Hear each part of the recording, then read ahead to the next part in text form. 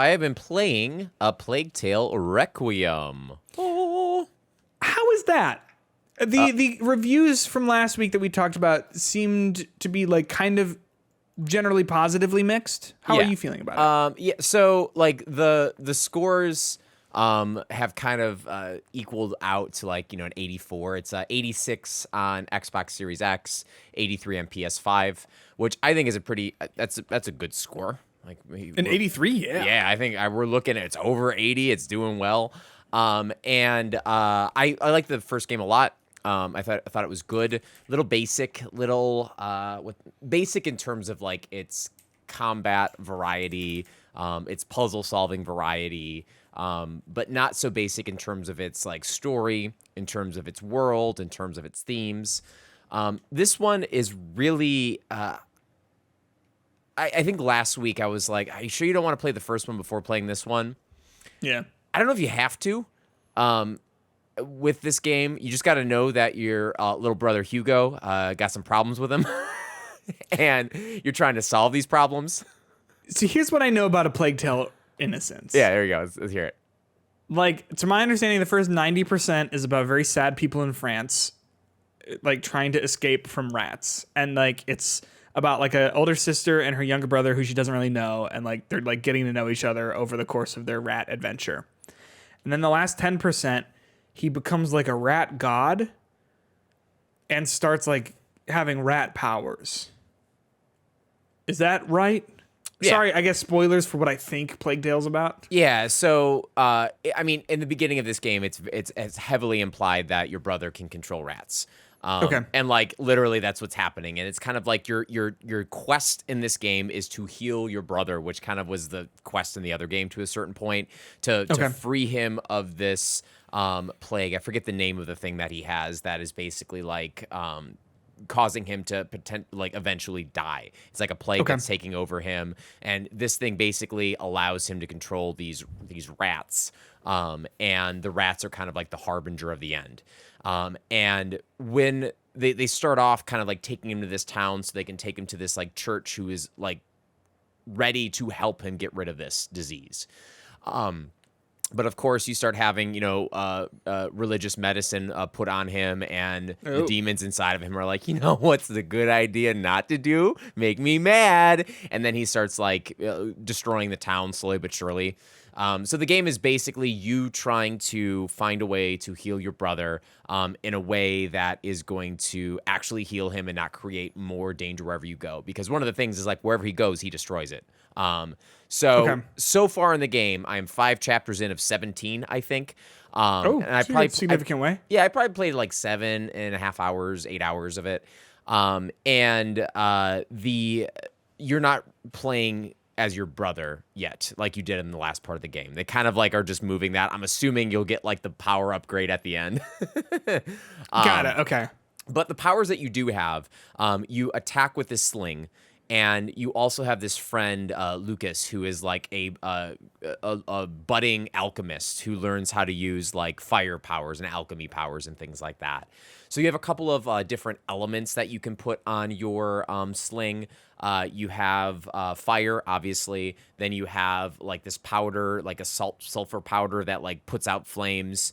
And then I believe I also have a tar that you can use to like cover people in tar and then light them on fire with your other stuff. So the game itself is not outwardly about combat. It really is kind of a stealth game. And a lot of the areas that you win are these puzzles where you have to decide, like, how am I going to get to the end? Am I going to try to kill all these people with my stuff? Am I going to try to distract them with my stuff to sneak around them?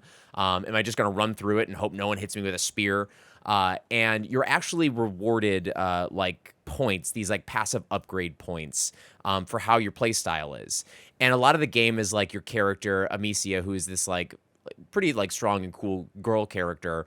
In the beginning, like in the first game, was like, I don't know if I want to kill people, but then it's like, I got to kill too. It's the same trope of like, I'm not going to kill anyone. And then the first time you kill someone, it's like, all right, hands are off. I'm throwing rats at these people. It's like, well, now we're going to kill a lot of people. Yeah. But this one is really like playing up on that. Like you have this like moment when she's going through PTSD and like is like, I don't know if I should kill these people. I don't think I can handle this right now. And she keeps like saying, like, your friend keeps saying, you're okay, you're shaking, are you fine, you fine? And she's like, I'm not fine, I can't do this anymore.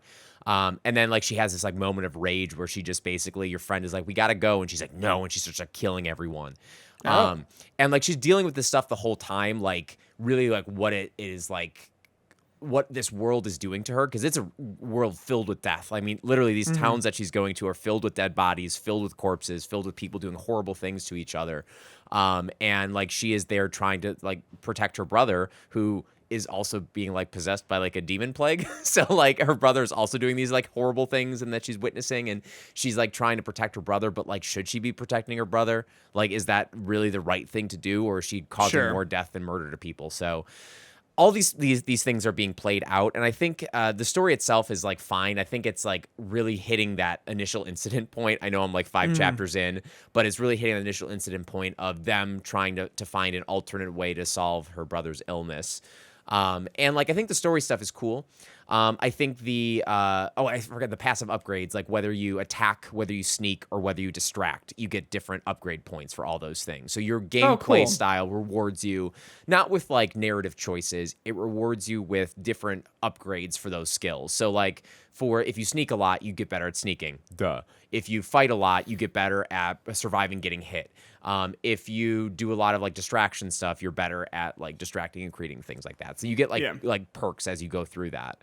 I don't really think there are like gameplay options or storytelling implications. I don't know if there are yet, but there's like certain characters that you have the choice to like kill or not kill. And like one of them, I didn't kill a guard, and I got a achievement for it. Because I'm playing this on Game Pass, by the way, because this is on Game Pass. So is the original. Yes, it is. So you should play it, either or. But I think that the game is like really like a stealth game, because you're trying to interact with the world, to get through these areas that are filled with guards, rats, or sometimes both, all while trying to do puzzle solving. I still think it's a little basic, because what I was saying with the other game is that it's a little like straightforward with like its options and like stuff that you can do. Like, oh, you hit this glowing thing with your stick and you make a distraction. Like, it's really obvious like what you have to do. It's not like you can like necessarily like do whatever you want in a cool and creative way. It's kind of like you can choose the stealth path or the attack path, and there's ways to make both of those work depending on what you want to do. Go ahead. Sorry, go on. I was going to say the combat itself. Like, I think the options that you have and the controls that you have to switch your options don't really allow for you to, like, on the fly mix up moves really easily. It's like you kind of have to choose your path before you go into an encounter and fight someone a certain way. Like, I can't easily go between using my sling to cover someone with something and then in combat switch to the fire thing and then hit them with that and then distract another person. It's not as smooth as I'd like it to be, because I think the combat itself is not its strong point. But like getting around the world is like a puzzle, and how do you distract these guards, and how do you get through this area with not killing yourself or other people? It's interesting. Do you think does it feel open-ended in the way that you solve its problems and like its stealth problems? No. So I guess what I'm trying to ask is, coming hot off the heels of me replaying Last of Us Part 2, will I feel like this is a big downgrade? Because I felt like that game, like the stealth is just fantastic, right? And like, while you're not puzzle solving, it is a pretty open-ended playground for you to figure out how you want to deal with threats. You can sneak past them, you can kill them all, and even when you decide to do combat or whatever, like, or distract them, like, you could. Like, there's multiple routes to doing things. You know what I'm saying? There are different paths that you can take, but I don't think it's as polished, as open, or as fun as The Last of Us Part 2, because I feel like what The Last of Us Part 2 does so well is it really, like, you can go from stealth to attacking to back to stealth to the all out whatever really well. This one, it's much harder to do that. Once you alert an area, it's pretty much like they follow you everywhere. And I think their AI is pretty good, so they're not just going on the same loops, which I think is annoying in a video game when they just keep going on the same path. It's not annoying, easy, predictable. So this one, it forces you to move, but again, the combat isn't nice. It doesn't feel like good to play. So when you're playing it, it's not like I feel like I have the options. Like when you watch high-level Last of Us Part 2 gameplay, like watching what people can do, like jumping in and out of cover, shooting people, taking people on, bum, bum, bum, bum, bum. You don't have that kind of ability in this game to like have that type of combat encounter and stuff. And I think overall, the same thing goes with my complaint of Plague Tale is Innocence, the first one. The problem is that The Last of Us does it better. Yeah, But yeah. I would say this one is much more of a stealth first game than The Last of Us, with a lot more puzzles than The Last of Us Part 2 and Part 1. Okay.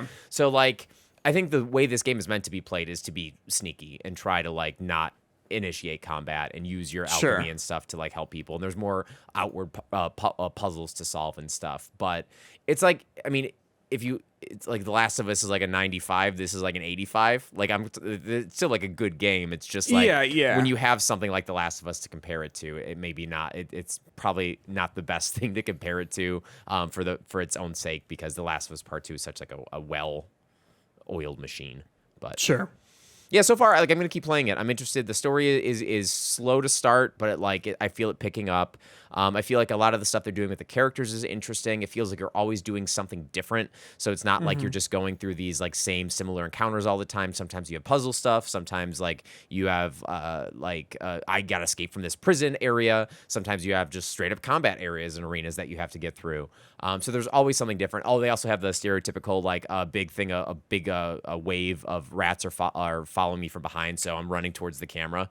And the worst thing about that is like it's generally a very beautiful game, except sometimes the face animations, the animations themselves, I think. Oh yeah, you had said this. So like she's like running at the camera with like just this dead ass face, like she's running for her life, and it's just like yeah. And I should be talking like, get out of the way. And like, it's like, dude, you like, I wish you just were a little bit more fearful at this moment to match your voice sounds. But yeah. That's awesome. Well, I'll take that as a recommendation. Yeah. And I plan on picking this up at some point just to try it out. Might not finish it, but like, I like everything I've heard about it, especially from what you just said. So I'll let you know. Cool. And what's great is it's on Game Pass. I won't play the first one. I just don't have the time. But so it goes. Sometimes you jump into the sequel.